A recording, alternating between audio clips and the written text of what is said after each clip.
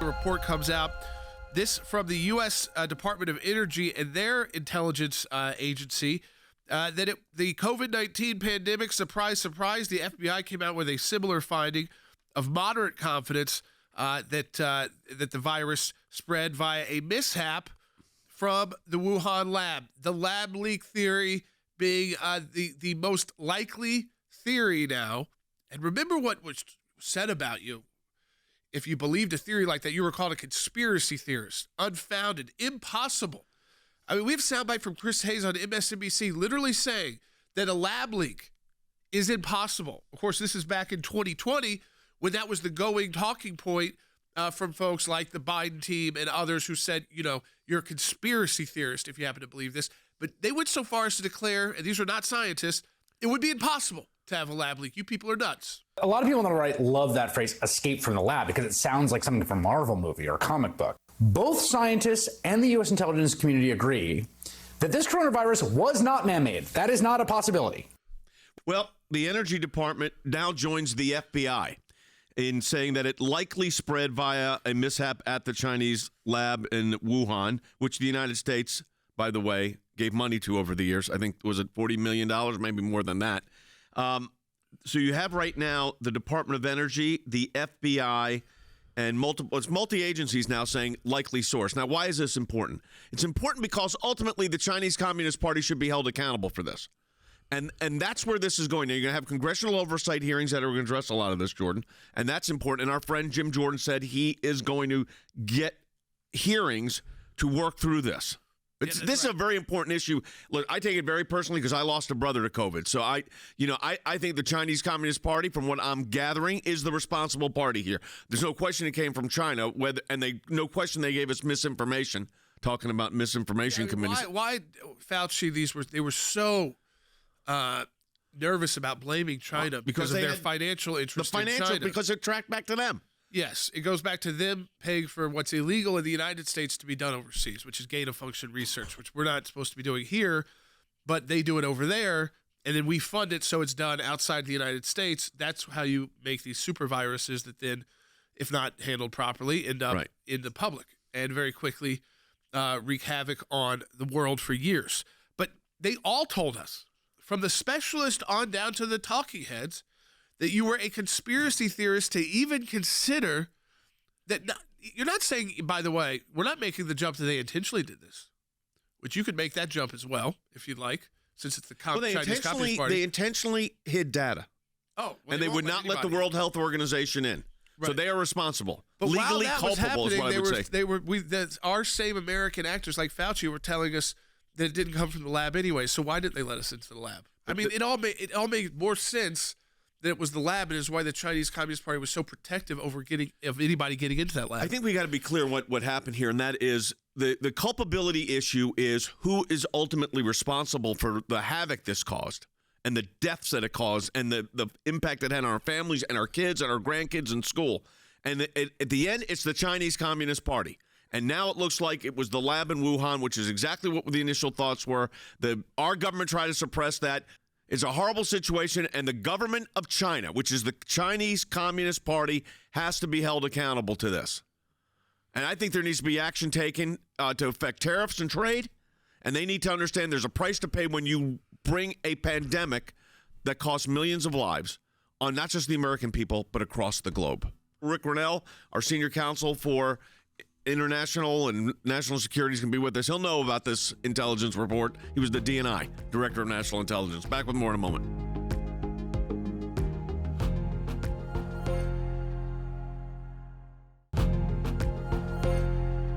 We're talking about the news that a second intelligence agency within the U.S. government has concluded that COVID-19 pandemic most likely came from a lab leak. This time it was the Department of Energy and their intelligence department. First, it's been the FBI who came out and said they also said the FBI, the virus likely spread via a mishap at the Chinese lab. This is a huge 180-degree turnaround from, or 360-degree turnaround from really where we were back in 2020 with the Faucis of the world and the talking heads of the world who told us with certainty that this could not have come from a lab. This had to have just originated in a wet market in China. It certainly didn't come from the research they were funding with some of your taxpayer dollars, which Congress is investigating now.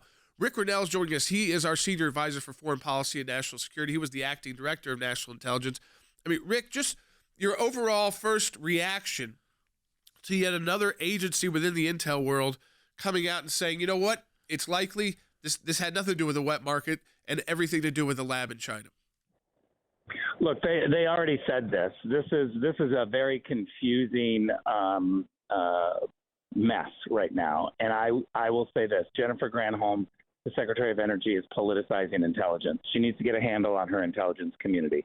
She needs to read the April 30th, 2020 intelligence community-wide assessment. It's clear in that assessment from April 30th, 2020, that the media totally ignored, that I negotiated this statement from all intelligence agencies. We had to change verbs. We had to change nouns. We had to change everything in order to get all intelligence agencies to sign off. And the intelligence community concluded that COVID started in Wuhan, either in the lab through a leak, which, by the way, they don't believe was on purpose. This is what the intelligence community said.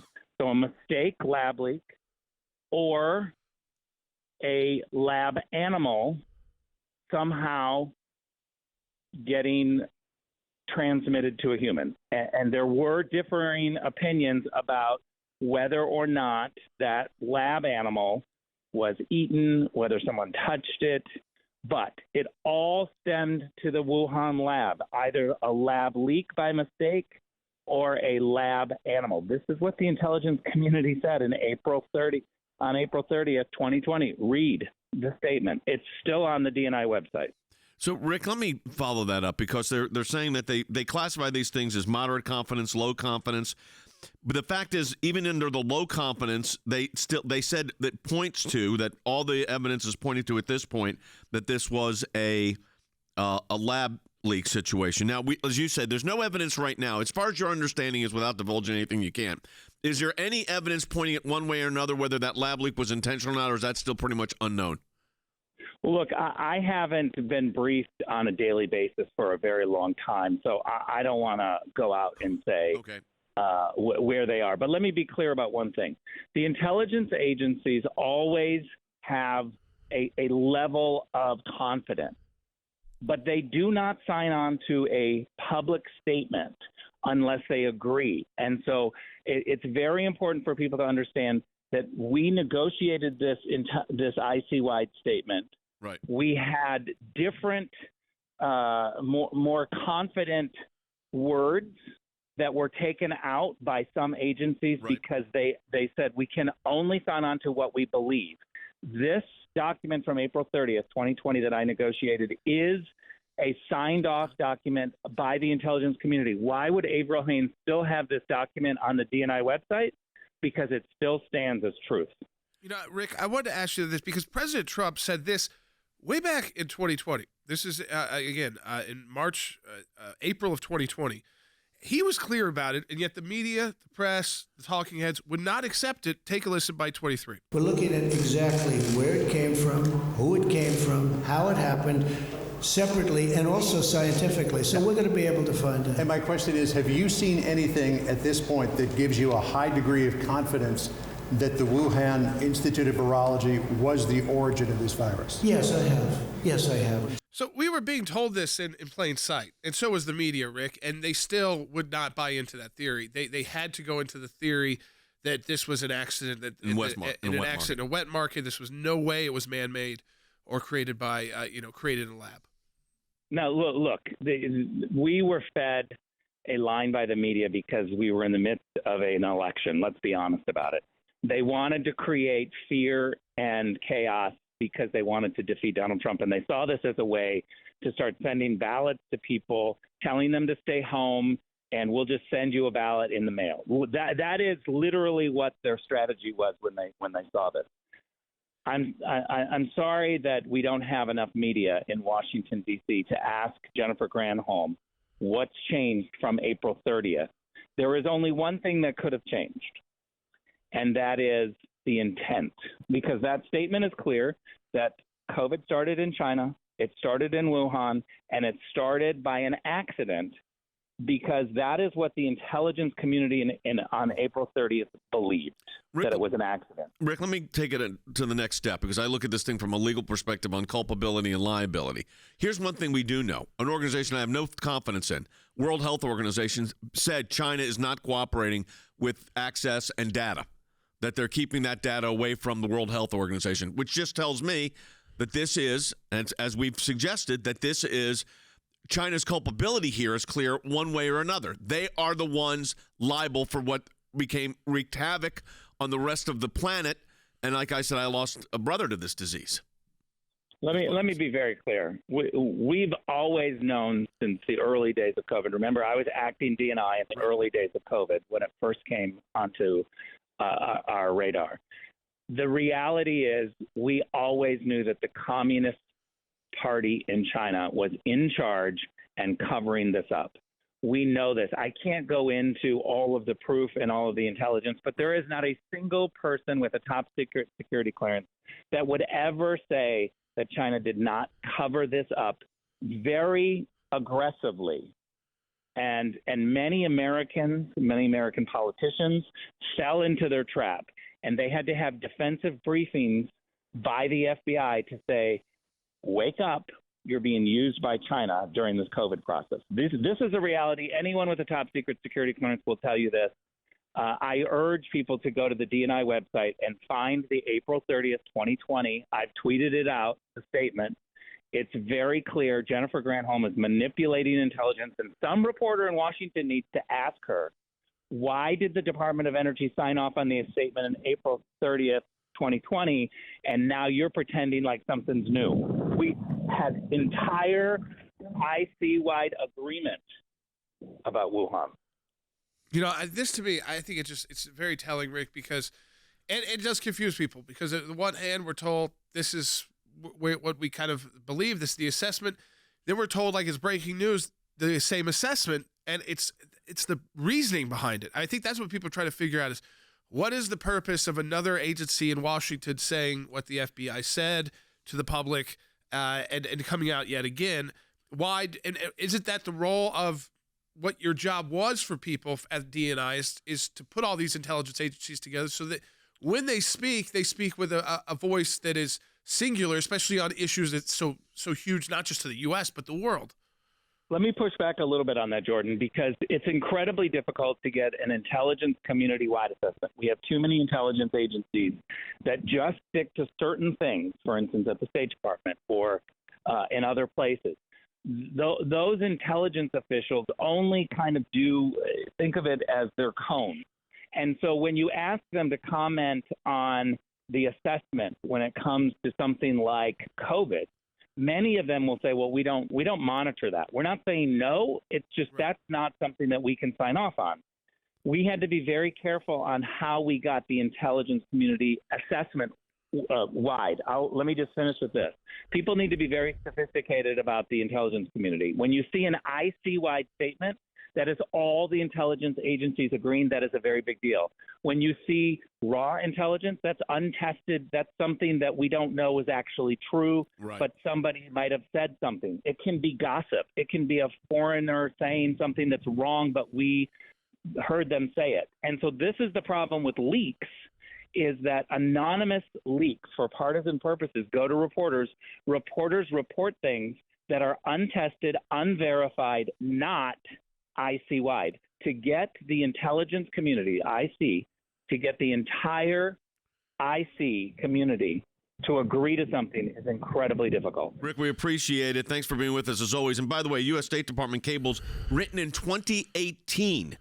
And internal Chinese documents show that there were persistent concerns about China's biosafety procedures, which have been cited by proponents of the lab leak theory to begin with. And now you got the intelligence agencies saying likely. So this tells you something, folks, much different than what the media was saying, much different than what the people on the left have been saying. The Chinese Communist Party is responsible for this, whether it was a leak, intentional or not, whether it was a wet market. They kept data from people. This is the problem with the Chinese Communist Party. We'll be back with more in just a moment.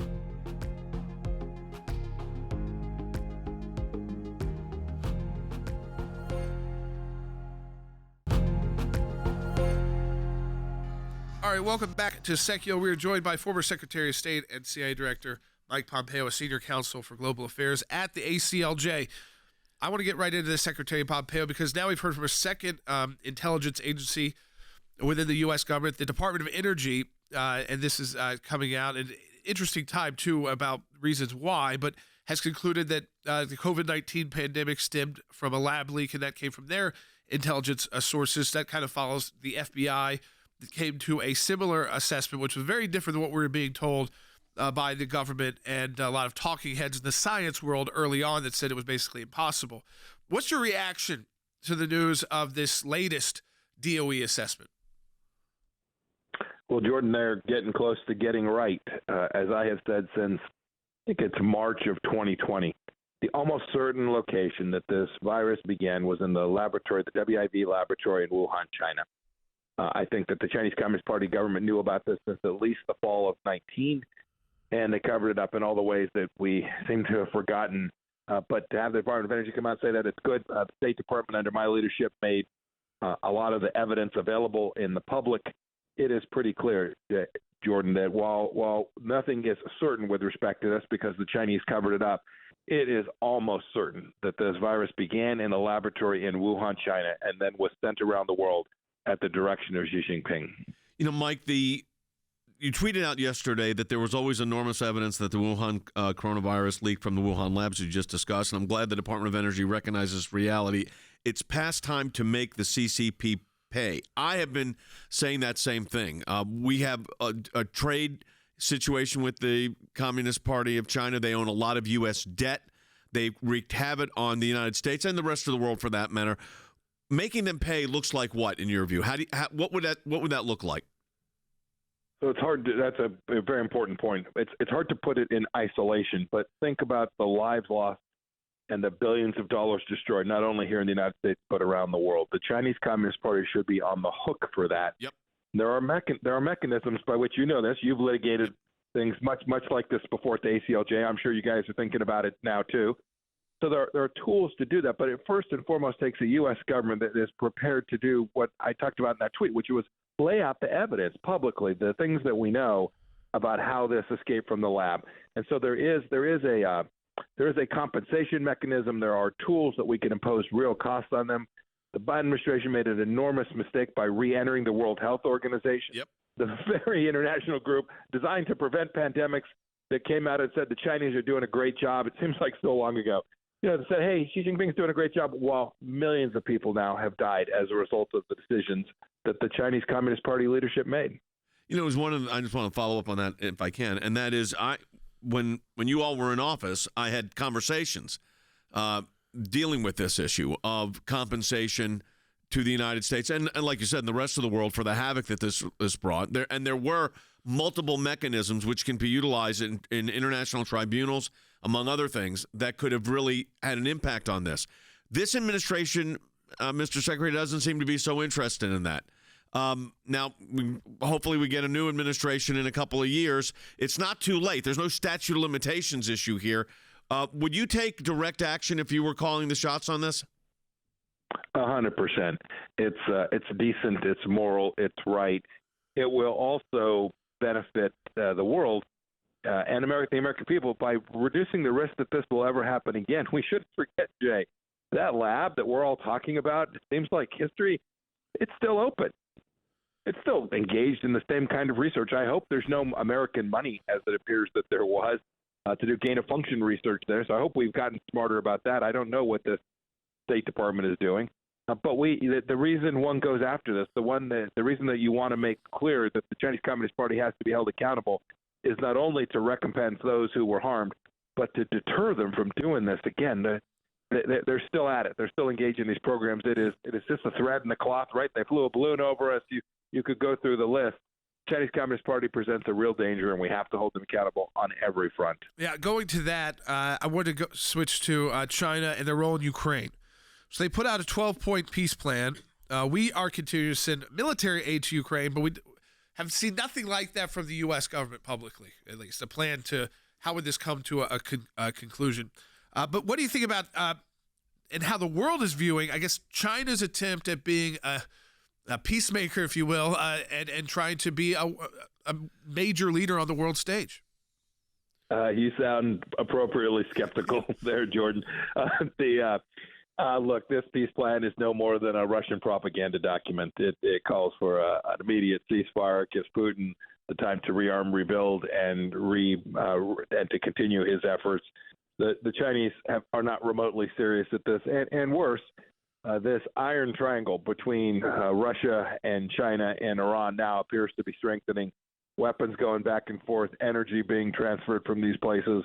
The three of them decided that they, 150 plus countries around the world, they have two friends apiece, and that is real risk. The Chinese Communist Party is green-lighting Vladimir Putin's destruction of the nation of Israel. You have up on aclj.org a piece called Biden's Weakness on Full Display After a Year of Russia's War on Ukraine, and it's not getting any better. The truth is, it's not getting any better. Where is, based on, you ran the CIA too, so you've got a wealth of knowledge here in addition to being Secretary of State. Where does this go in the next 6 months or a year? Jay, the other thing I have an advantage of is I did get to spend time with Vladimir Putin as well. Yep. If we continue, my point was, and by the way, there are many conservatives that disagree with me. I just think we've got to bring this war to an end, and there's only one way to do that, and that is to give the Ukrainians the tools that they need to be successful. In the absence of that, if we dribble them out, if we provide them slowly, if we think about it for a year because we're afraid we're going to provoke Vladimir Putin, then I fear that a year from now we will be sitting looking at something that looks like World War I. It will be a stalemate. More innocent civilians killed in Ukraine, that's bad. Vladimir Putin still in control of Ukrainian territory and feeling like time is on his side, that's bad. But most importantly for the United States and the people here, you'll still have all of the ramifications that we can see so plainly now. Xi Jinping's watching this one too. If a year from now America continues to just provide piecemeal assistance, I promise you Xi Jinping will see that as a green light to act in the South Pacific and against Taiwan as well. The last thing here, and that is going on to a domestic front for a moment, and that is the way the country is operating right now reminds me, a lot of people aren't going to remember this, but I do, and that is the Jimmy Carter years. It just has that malaise.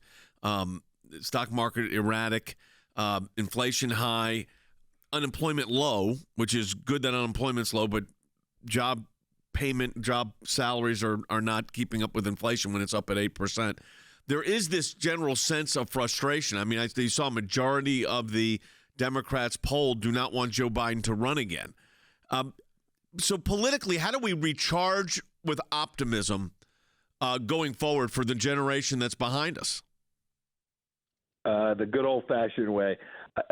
Yeah, I'm convinced. We're going to figure this out here in America. I've been out all across the country the last year and a half. People are fired up. People get that their kids are being taught garbage in schools, and they are taking back control. Parents are taking back control. I've seen folks do this in their churches and their synagogues all across America. They are saying, we're going to go restore the greatness of America from the ground up. That's how we do it. That's how we've always done it. I'm convinced that there will be leaders, not just folks that run for president or Senate, but city councilmen, district attorneys, school board members all across the country who say, yep, we're headed the wrong direction. We're going to go fix it. They'll take it on their own shoulders. And the American family will be stronger as a result of that. Our faith communities will be, and America will get back to the right place.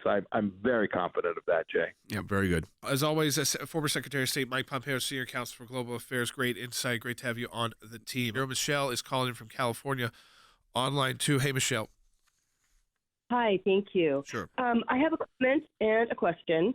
So the comment is, I think everyone with half a brain thinks that COVID originated from the lab, and I do think that Fauci bears responsibility as well. And my question is, why is this coming out now? Because we don't trust the FBI. They knew this information before. So what's going on? I think here's what's happening. The consensus of the intelligence, and this is kind of what Mike and what Rick said, there's a consensus now with the intelligence community. And what's happening is it's getting leaked out in these energy, FBI, and it's now they're going to have to get in control of this because even CNN and MSNBC are having to cover this. And based on what Rick was saying, that's extremely rare because most of the time they have their specific area that they're focusing on intel so that they're all coming to agreement, but all starting at different points. So they'd all started at different why is DOE involved? Why is FBI involved? Why would another agency be involved? So they have a different starting point, but they're coming to the same general conclusion, which is a totally different conclusion than what the administration and the experts, it was really the experts that have been trying to tell us, and the demeaning of people, calling them conspiracy theorists to believe that this could have been created in a lab. That, again, it never made any sense to me other than just to divide the country and play COVID politics, which was always, to me, and still is, pretty disgusting to play politics with something that was so deadly that originated in China. We can hold China accountable. Support the work of the ACLJ, because we're going to get to the bottom of this. Whether we have to do FOIAs, whether working with Congress, whatever it is, we're going to get involved. ACLJ.org. That's ACLJ.org. Also, stay engaged with us on all of our social media, and you do that by going at Jordan Sekulow, at Jay Sekulow, Rumble, YouTube, Facebook, Twitter, Instagram, wherever you have your social media. ACLJ is there. We encourage you to stay engaged with us that way.